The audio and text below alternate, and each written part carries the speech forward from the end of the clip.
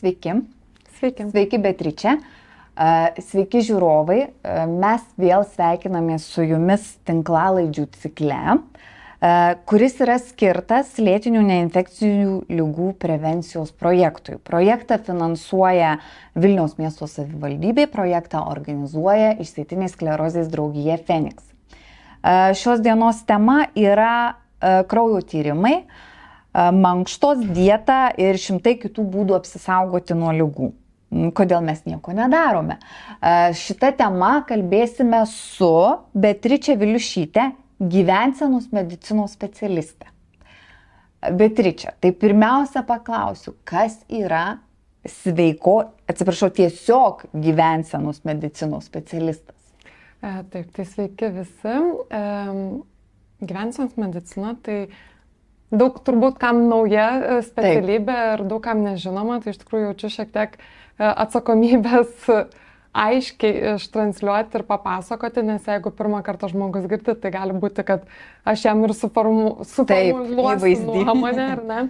Tai iš tikrųjų gyvensenos medicina tai yra mokslo grįsta praktika, gyvensenos kaita, kurios tikslas išvengti, gydyti, o gal net ir išgydyti lėtinę ligą.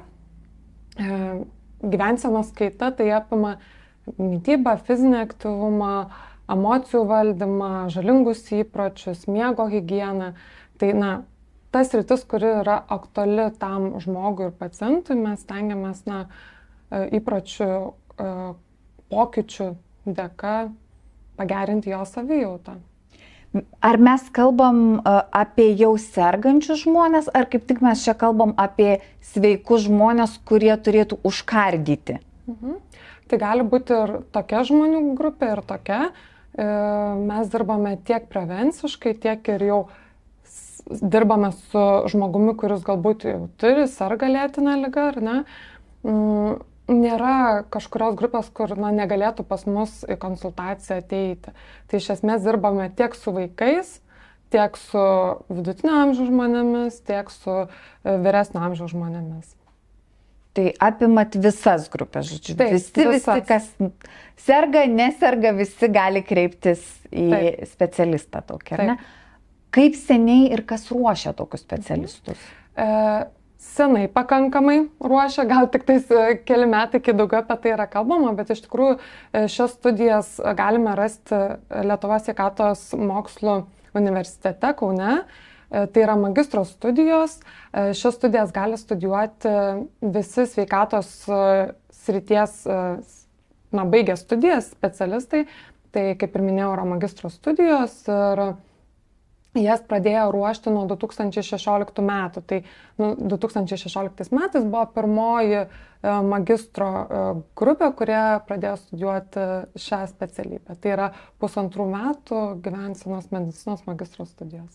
Tai tokių specialistų mes Lietuvoje jau turime nemažai tikriausiai, ar ne? Turime, ar tai yra daug ar mažai, gal man sudėtinga įvertinti, bet tikrai mes jų jau turime. Kokiuose šalyse tai yra populiaru? Iš ko sėmėmės šito pavyzdžio?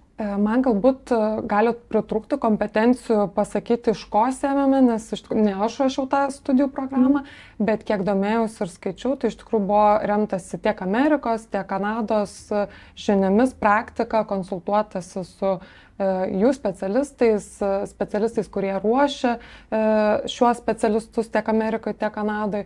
Tai mūsų universitete, tame universitete, kuriame aš studijau, iš tikrųjų turėjome galimybę semtis ir žinių ir iš kitų užsienio šalių dėstytojų. Kaip jūs pati sugalvojot būtent tokias magistro studijas rinktis? Mano pirmoji bakalauro studija buvo, kurią aš baigiau, tai kineziterapiją. Ir norėjau ir žinau, kad noriu studijuoti magistrą. Ir iš tikrųjų norėjau praplėsti, kadangi kineziterapija yra mokslas apie judesį, ar ne, tai norėjusi šiek tiek praplėsti ir pasigilinti, dar paieškoti savęs, kur aš galbūt dar geriau jaučiausi. Ir gyvensenos medicinos studijos man pasirodė naujos, modernios studijos, man pasirodė aktualios ir tiesiog pabandžiau įstoti ir įstojau. Tai iš tikrųjų norėjau praplėsti savo žinias. Gerai, tada pabandykim pažaisti, ar ne, nes sako, kad žaidimo formą lengviau įsivaizduoti. Jūs įsivaizduokit, aš esu pacientė, kuri ateina į medicinos įstaigą ir sakau, noriu pas gyvensenos specialistą. Aš atsiduriu pas jūs, Beatričė, ar ne, ir sakau, laba diena. Esu Sigita, man yra 36 metai, tuoj greitai bus, dar ne visai.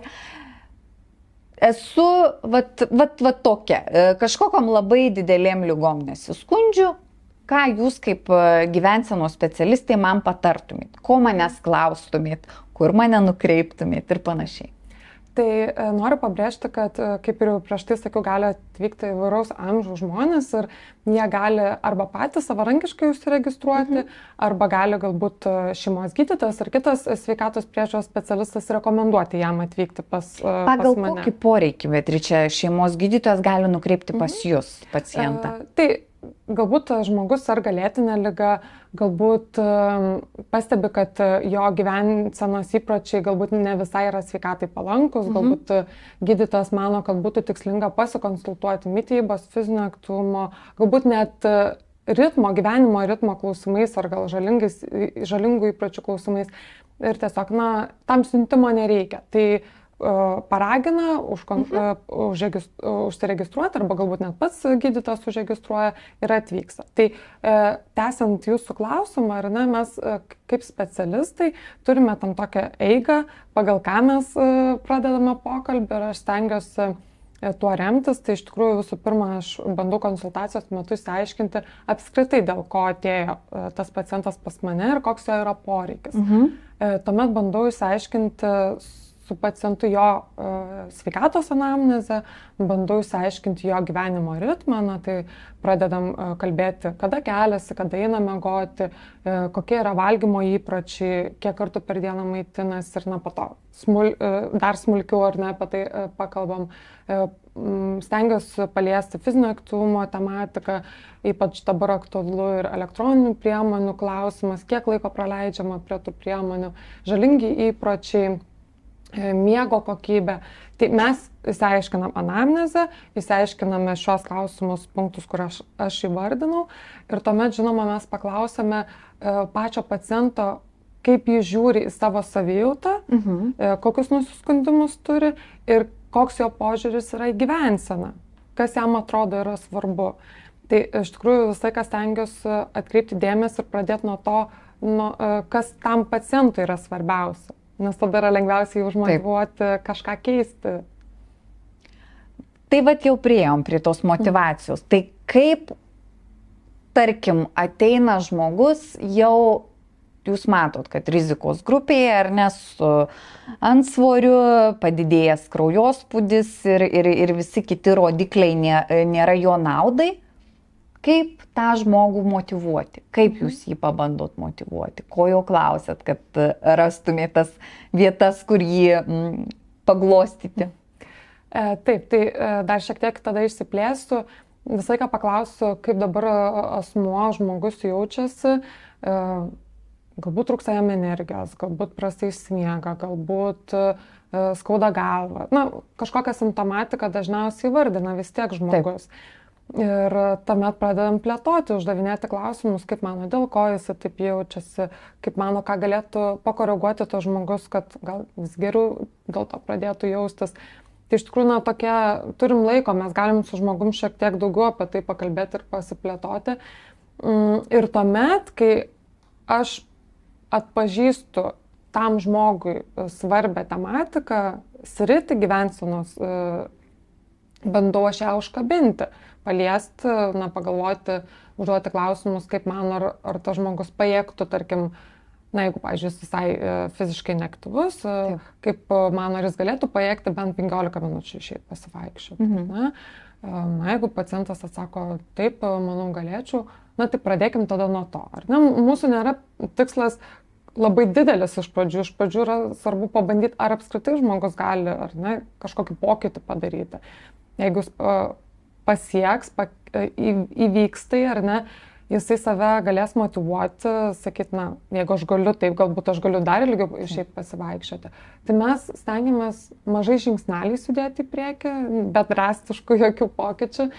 Tai taip, bandau atpažinti, kas tam žmogui yra šią akimirką aktualu, kas svarbu ir nuo to pradėti.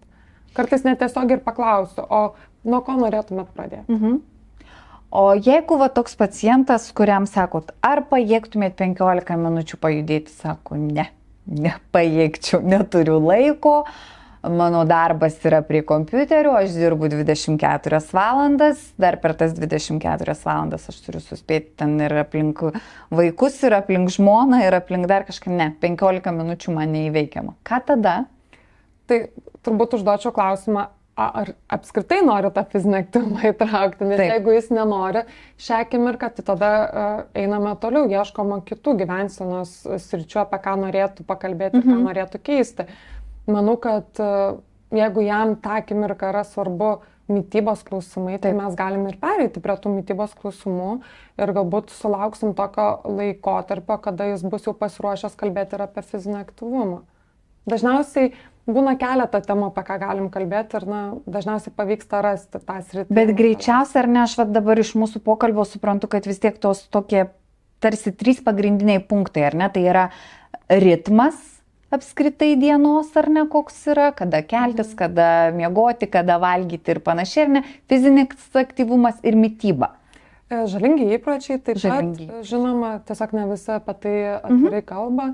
Taip pat tikrai galime mes kalbėti ir apie miego kokybę, priminti asmeniui miego higienos taisyklės, atpažinti, galbūt tam tikrus irgi sritis ir suteikti rekomendacijas jam, bet turbūt taip, daugiausiai mes apie tai kalbame. Elektroninės priemonės, ypač su vaikais. Su vaikais, ar ne? Suaugusieji šitų problemų neturi. Ar jie neįvardyja tų problemų? Turi, žinoma, bet opiausia problema visgi yra vaikų rate. Suaugę, jie įvardina, kad jeigu aš jau dirbu prie elektroninių priemonių, tai tada stengiuosi bent jau vakare mažiau leisti laiko. Žinoma, mes ir su jais pakalbam, bet tiesiog opiausia problema būtų gal vaikų rate. Na ir kaip vaiką motyvuoti, kad vis tik tai geriau yra kažką tai paveikti kito, negu kad pasižiūrėti kokį nors filmuką ar pažaisti žaidimą elektroninį. Kaip? Kur čia raktas? Iš tikrųjų labai sudėtinga atpažinti. Vis dėlto elektroninės priemonės turi tokią galę įtraukti vaiką ir jį sudominti, ypač žaidimai, tik tenais visko prigalvoja, kad tik tai spalvinga. Taip, apdovanojimai, laimėjimai, taškų rinkimai ir visa kita. Bet aš tikiu, kad vaiko pasirinkimas gali būti nuo to, kokioje jis aplinkoje gyvena. Tai ne tik namų aplinka, bet ir žinoma mokykla, kurioje jis yra, galbūt būreliai, kurios lanko, draugų aplinka, artimųjų, giminių aplinka.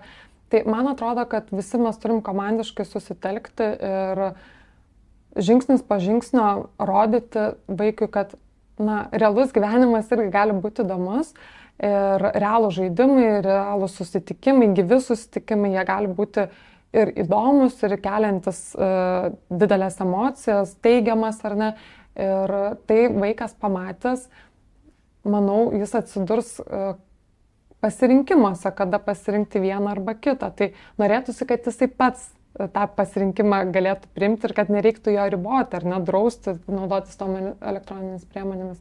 Bet jeigu keletas patarimų kokius duočiau, tai visada raginčiau apgalvoti būrelį.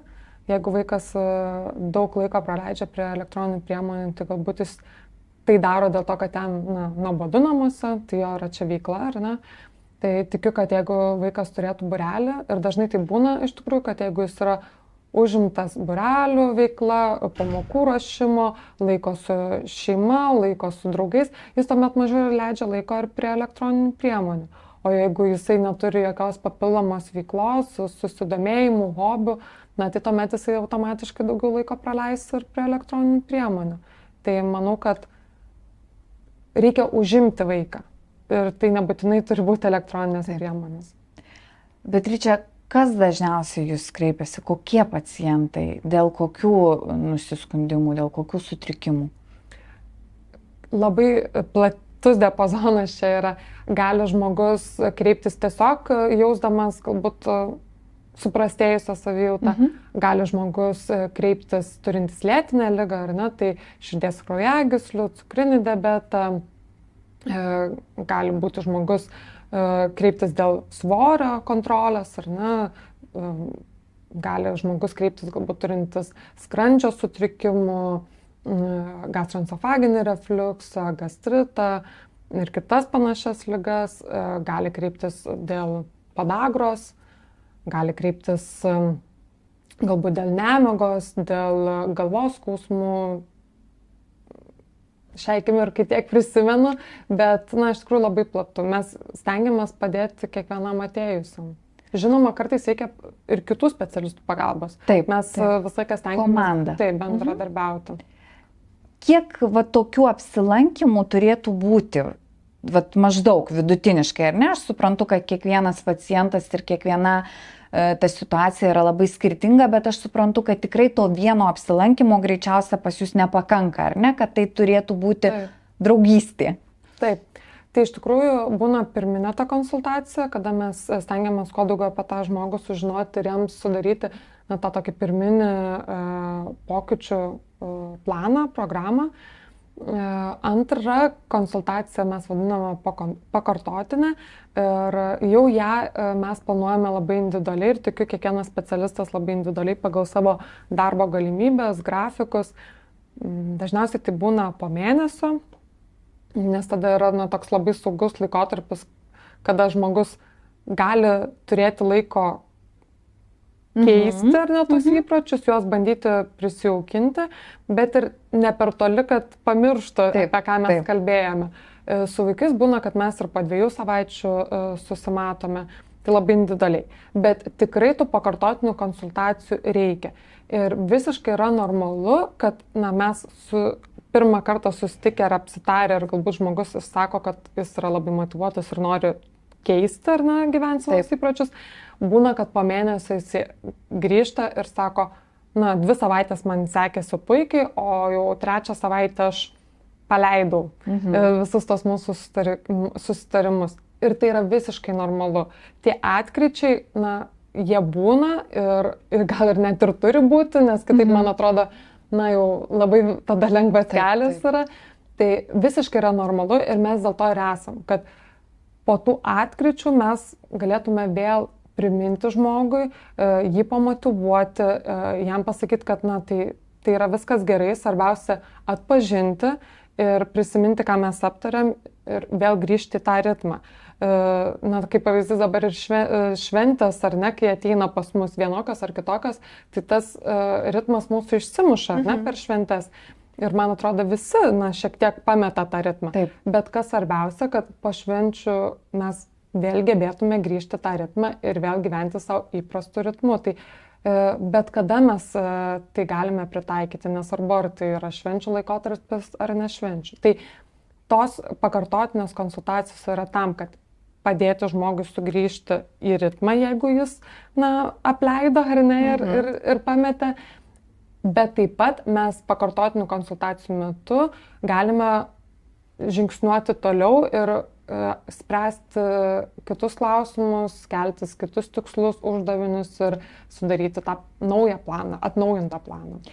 Ar aš teisingai suprantu, kad per pirminę konsultaciją galima, sudaromas tas planas ar ne? Ar tai yra ir planas toks, kad, pavyzdžiui, jūs sudarot mankštas kažkokias, kurios tinkamos, mitybos planas, visa tai įeina į jūsų konsultaciją? Labai individualu pagal specialistą, kiek jisai apsibrėžia savo kompetencijas. Tiksliau gal įvardins, kiek jisai tuo metu geba ar turi laiko tą padaryti. Bet taip, mes galime rekomenduoti ir sudaryti fizinio aktyvumo receptą ir aiškiai pasakyti, ką galbūt jam galima daryti. Tikrai mes dažnu atveju rekomenduojame ir pasikonsultuoti su kineziterapeutu, nes galbūt jau mūsų kompetencijos neleidžia. Aš kaip kineziterapeutė galbūt daugiau galiu jau prasiplėtoti šitą temą. Bet jeigu gyvensenos medicinos specialistas neturi kineziterapijos išsilavinimo, tai jam gali tiesiog šiek tiek pritrūkti tų žinių, kas yra visiškai normalu. Dėl mitybos planų dažnu atveju mes prašome dietisto pagalbos, dietologo pagalbos, dirbam komandiškai. Vis dėlto mūsų tikslas yra labiau dabartinius mitybos įpročius koreguoti, ar ne, su tokiais patarimais, kad galbūt čia šitoje situacijoje vertėtų daugiau daržovių traukti, šitoje situacijoje galbūt vertėtų nekepti, o troškinti maistą, tokius labai konkrečius adaptuoti į jo gyvenseną. Mano nuomonė, tikrai nebūtina kardinaliai keisti savo įpročių ir vis dėlto yra lengviau savo įpročius truputį koreguojant galim pasiekti tų geriausių rezultatų. Priminkit mums visiems, iš esmės mesgi visi žinom, kaip reikėtų teisingai gyventi, ar ne, ir daug yra prirašyta ir straipsnių, ir gydytojai mums dažnai primena, ar ne, bet mes vis užsimirštam. Tai aš suprantu, kad tam yra gyvensenos specialistas, kuris vis gali truktelti ir sakyti, o čia reikia. Tai priminkit mums visiems, Beatriče, kaip ten yra su tuo miego režimu, su ta teisinga mityba, su tuo judėjimu, kiek mums visiems, statistiniam ar ne lietuviui, kiek reikėtų pajudėti, kada reikėtų eiti miegoti, kada reikėtų keltis ir panašiai. Taip apibendrinant. Labai platus klausimas. Aš taip viduriuką išveskit tokį. Taip. Tai visų pirma, manau, labai svarbu per tą visą rutiną, bėgimą, ar ne, kartais sustoti ir užduoti savo klausimą, kaip aš jaučiuosi ir ar aš galiu dar geriau jaustis. Ar aš galiu kažką pakeisti, kad mano savijauta būtų geresnė. Ir kaip minėjau, tada bandyti pajausti, kuris sritis tam asmeniui yra aktualiausia šiai akimirkai. Bet jeigu kalbant apie mitybą, tai tikrai labai svarbu žmogui reguliariai maitintis, stengtis nepraleidinėti valgymu. Taip pat labai svarbu tokie klausimai, kiek aš apskritai valgau daržovių, ar aš kiekvieną dieną valgau daržovės, galbūt aš praleidžiu ir valgau tik kelias dienas per savaitę. Užduoti klausimą, ar tai, ką aš valgau, būna namų gamybos, ar vis dėlto dažniausiai tai būna pusfabrikačiai, ar ne. Taip pat užduoti klausimą galima, kiek aš kavos išgeriu, kiek saldumynų suvalgau, kiek vandens geriu. Tai, tokie kontroliniai klausimai gali man padėti atpažinti, ką aš galėčiau pakoreguoti. Kalbant apie fizinį aktyvumą, tai, yra jau čia rekomendacijos, ar ne, kad kiekvienam suaugusiui nuo 18 iki 64 ir vyresniems asmenims rekomenduojama per savaitę surinkti bent mažiausiai 150 minučių fizinės veiklos arba bent 75 minutės didelio intensyvumo fizinės veiklos arba šių vidutinio ir didelio intensyvumo fizinės veiklos, tokios kombinacijos. Tai čia labai rekomenduojama tai. Jeigu žmogus dirba sėdimą darbą, jam rekomenduojama organizuotis ir planuotis aktyves pertraukas, ar ne? Tai atsistoti, pajudėti, galbūt laiptais palipti, galbūt išeiti pasivaikščioti, ar tiesiog čia prie stalo atsistojus padaryti keletą pritūpimų ar rankas pakilnoti. Vaikams yra kitokios rekomendacijos. Iki 18 metų vaikams rekomenduojama bent valandą kasdien užsiimti fizinę veiklą. Bent valandą, ar ne? Ir bent 3 kartus per savaitę užsiimti stiprinimo pratimais. Tai tokios būtų rekomendacijos apie fizinį aktyvumą. Kalbant apie miego higieną, tai vis dėlto galbūt dėl miego trukmės nesiplėtosiu, nes irgi pagal amžiaus grupės jos yra skirtingos. Tikrai galima internete šaltiniuose rasti, bet į ką labai norėčiau atkreipti dėmesį, tai elektroninės priemonės. Stenkitės prieš miegą bent pusvalandžių nesinaudoti elektroninėmis priemonėmis, jas pasidėti iš šoną, prisiminti, kad yra vis dėlto stacionarų žadintuvai, kurie mus gali pažadinti, pasitikėkime jais labiau. Ir tikrai tikiu, kad šitas bent vienintelis pokytis gali pagerinti žmonių miegojimo kokybę. Tai čia akcentą norėčiau uždėti. Žinoma, neprisivalgyti, ypač riebaus maisto, alkoholis ir kiti žalingi įpročiai irgi gali turėti įtakos mūsų miego kokybei, tai vertėtų apie tai pagalvoti. Na, o šiaip aš manau, svarbiausia tai yra tą minutėlę stabtelėti ir prisiminti save, apie save pagalvoti. Beatriče, dar klausimėlis toks dėl kraujo tyrimų, ne? Ar jums svarbu gauti informaciją, kada pacientas pas jūs ateina, ar jūs kažkokią informaciją imate iš kraujo tyrimų? Žinoma, kad pacientas atėjęs, pasidaręs, atlikęs kraujo tyrimus, gali suteikti informacijos. Ir pagal juos mes galbūt galime suteikti dar labiau individualizuotas rekomendacijas tam pacientui. Tikrai labai raginu reguliariai atlikti kraujo tyrimus tiek suaugusiems, tiek vaikams, nepamiršti savęs, nes ypač su amžiumi galime pastebėti kraujo tyrimuose pokyčių ir jeigu laiku mes pastebėsim, ar tas žmogus gali su gyvensenos kaita, ir žinoma komandiniu darbu pasijausti geriau ir galbūt užkirsti kelią tam tikrų ligų atsiradimui arba išsivystymui. Kaip dažnai tokius tyrimus reikėtų daryti pacientams? Labai individualiai pagal pacientą, manau, čia geriausiai būtų konsultuotis kiekvienam pacientui su savo šeimos gydytoju. Dažnai pacientai kas metus atlieka tyrimus, tiek ir vaikai, kai atvyksta sveikatos pažymos. Pacientai sergantys lėtinėmis ligomis tikrai dažnu atveju turi atlikti tyrimus dažniau. Bet tikrai čia norėčiau, kad kiekvienas pacientas pasikonsultuotų su savo šeimos gydytoju ir nepabijotų paklausti, kada kitą kartą aš turėčiau atvykti ir pasikartoti tyrimus.